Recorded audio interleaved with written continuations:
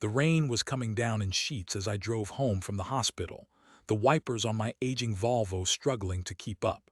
I was exhausted, bone-tired in a way that only a 24-hour shift as an emergency room physician in Chicago could inflict. My name is Thuron, and at 46 I thought I had life pretty much figured out.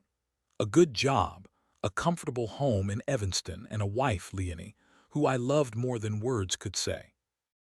Leonie worked as a marketing executive for a large pharmaceutical company. She was bright, ambitious, and beautiful with a smile that could melt glaciers. We'd been married for 15 years, and while the initial fireworks had faded, we had a solid, loving relationship built on mutual respect and affection. Or so I thought. I pulled into the driveway, the headlights cutting through the gloom. The house was dark, which wasn't unusual. Leonie often worked late. I unlocked the door, the familiar click echoing in the silence. "Leonie, I'm home," I called out, but there was no answer. I shrugged it off and headed upstairs, intending to shower and collapse into bed. As I walked past Leonie's study, I noticed the door was slightly ajar. A sliver of light spilled into the hallway. I frowned. Leonie usually kept her study locked when she wasn't using it. Curiosity piqued. I pushed the door open. Leonie wasn't there, but her laptop was on, the screen glowing with the unmistakable interface of an email program. I hesitated. I knew I shouldn't, but something compelled me to look closer. The email was open, addressed to someone named Kellen. The subject line read, "Can't wait until Friday." My heart lurched. I felt a cold dread creep into my stomach. I scrolled down and began to read. The words swam before my eyes. It was an explicit, intimate message filled with longing and anticipation. Leonie described how much she missed Kellen, how she couldn't wait to be with him again. She wrote about stolen moments, secret rendezvous, and a passion that burned hotter than anything she'd ever felt for me. I stumbled back, my legs suddenly weak. The room seemed to spin. I gripped the edge of the desk, trying to steady myself. This couldn't be real. Leonie wouldn't do this to me. We had a good life, a happy marriage. This had to be some kind of mistake, but deep down I knew it wasn't. I read the email again and again, each word a fresh stab wound to my heart. The details were undeniable. Leonie was having an affair, and it had been going on for months. I felt a surge of anger, hot and blinding. How could she? How could she betray me like this? All the years we'd spent together, the love we'd shared, it all seemed like a lie now. I wanted to scream, to break something, to lash out at the injustice of it all. But instead I did nothing. I closed the laptop, backed out of the study, and went to take a shower. The hot water beat down on me, but it couldn't wash away the filth I felt inside. I was numb, in shock. I couldn't process what I'd just learned. Leonie came home around 11, looking tired but radiant. She kissed me on the cheek, her touch sending a shiver of revulsion down my spine. "Long day," she said, heading to the kitchen to pour herself a glass of wine. "How was your shift?" I forced a smile. "The usual, a couple of car accidents, a drug overdose, a heart attack." You know, she nodded, sipping her wine. "Well, I'm glad you're home safe." She paused, looking at me expectantly. Anything interesting happened today? I wanted to scream at her, to confront her with the email, to demand an explanation. But I held my tongue. I needed to think, to plan. I couldn't let her know that I knew. "Not yet, no, nothing much," I said casually. "Just another day at the office." The next few days were a blur. I went through the motions of my life, but I was just a shell of myself. I couldn't eat, couldn't sleep, couldn't concentrate. Every time I looked at Leonie, I saw the email, her words of passion for another man. I felt like I was living a nightmare, trapped in a world where everything I thought I knew was a lie. I started to do some digging. I discreetly checked our phone records, credit card statements, and travel itineraries. The evidence was damning.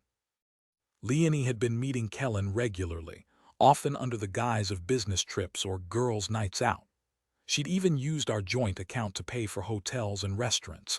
Kellen, I discovered, was Kellen O'Connell, a consultant who worked in the same industry as Leonie.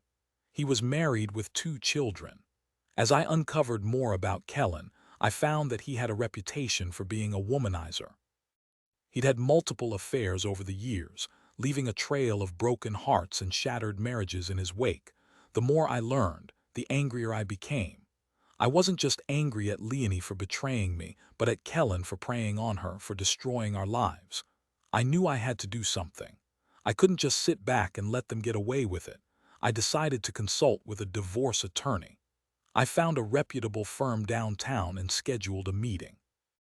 The attorney, a sharp, no-nonsense woman named Gwyneth, listened patiently as I recounted my story. She asked probing questions, took detailed notes, and offered sound legal advice. "You have a strong case," Gwyneth said. "Adultery is grounds for divorce in Illinois. We can file immediately and seek a favorable settlement." I nodded. "I want everything," I said, my voice cold. "I want her to pay for what she's done." Gwyneth cautioned me against letting my emotions cloud my judgment. "Revenge is a dish best served cold," she said. "We need to be strategic, to focus on protecting your assets and securing your future." I agreed, but inside I was burning with a desire for retribution. I wanted Leonie to suffer, to feel the pain that she had inflicted on me. I wanted Kellen to lose everything he held dear. As Gwyneth and I worked on the divorce proceedings, I started to formulate a plan. I knew I couldn't confront Leonie directly. She would deny everything, try to manipulate me, and make me feel like I was the one in the wrong. Instead, I decided to gather as much evidence as possible and use it to my advantage. I hired a private investigator to follow Leonie and Kellen. The investigator, a grizzled ex-cop named Jasper, was discreet and efficient. He provided me with photos and videos of Leonie and Kellen meeting in secret, holding hands, kissing, and even entering a hotel together. The evidence was overwhelming. There was no denying the affair now. I felt a strange sense of satisfaction, knowing that I had the upper hand. But the satisfaction was fleeting, quickly replaced by a deep, gnawing sadness. I also decided to confront Kellen's wife, Zoya.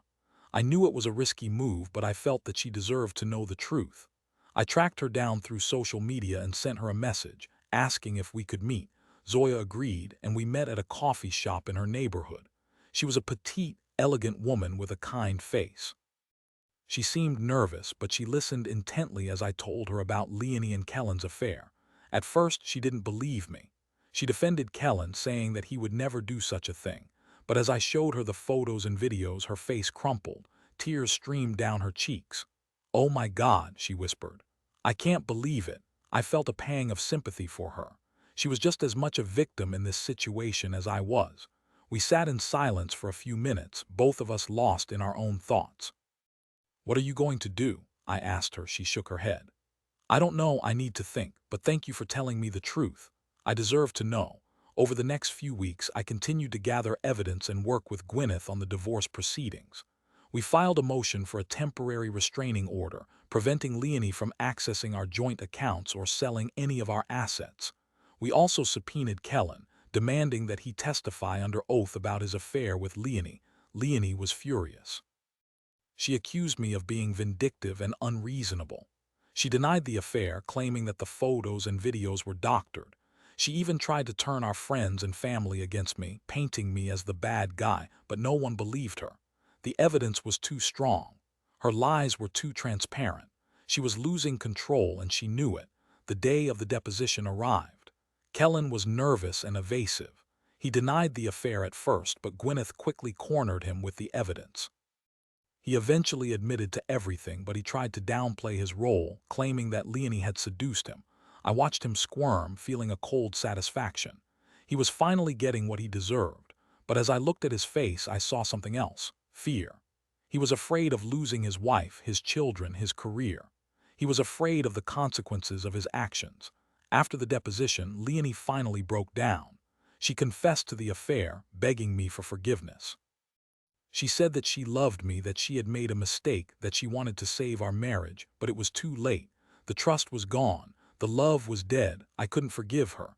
I couldn't forget what she had done. "It's over, Leonie," I said, my voice flat.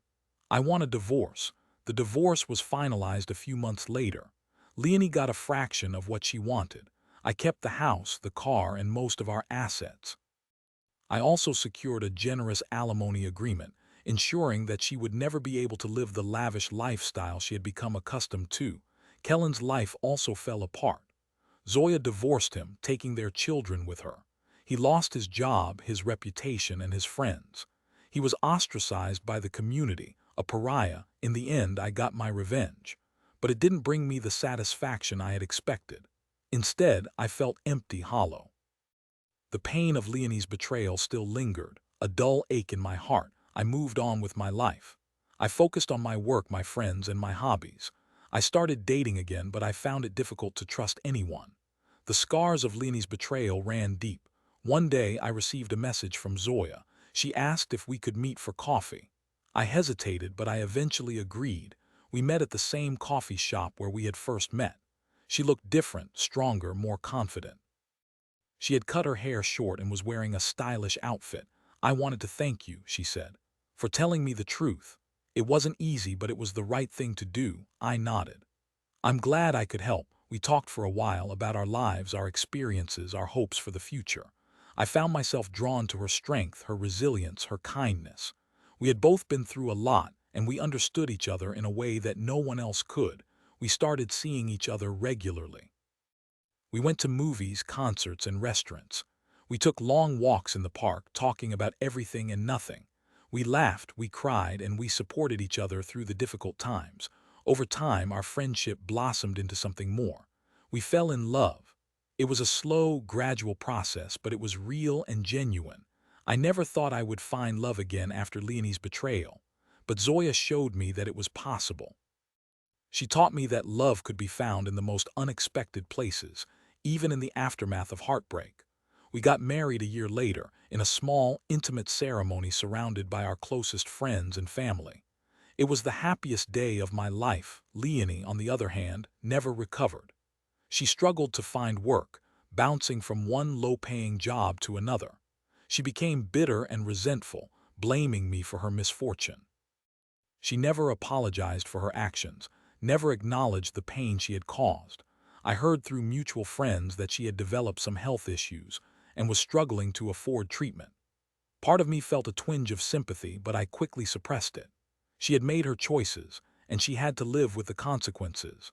I learned a valuable lesson from my experience with Leonie. That betrayal can shatter even the strongest of bonds, but that it can also lead to unexpected blessings. I found love again, a love that was deeper and more meaningful than anything I had ever known. And in the end, that was all that mattered.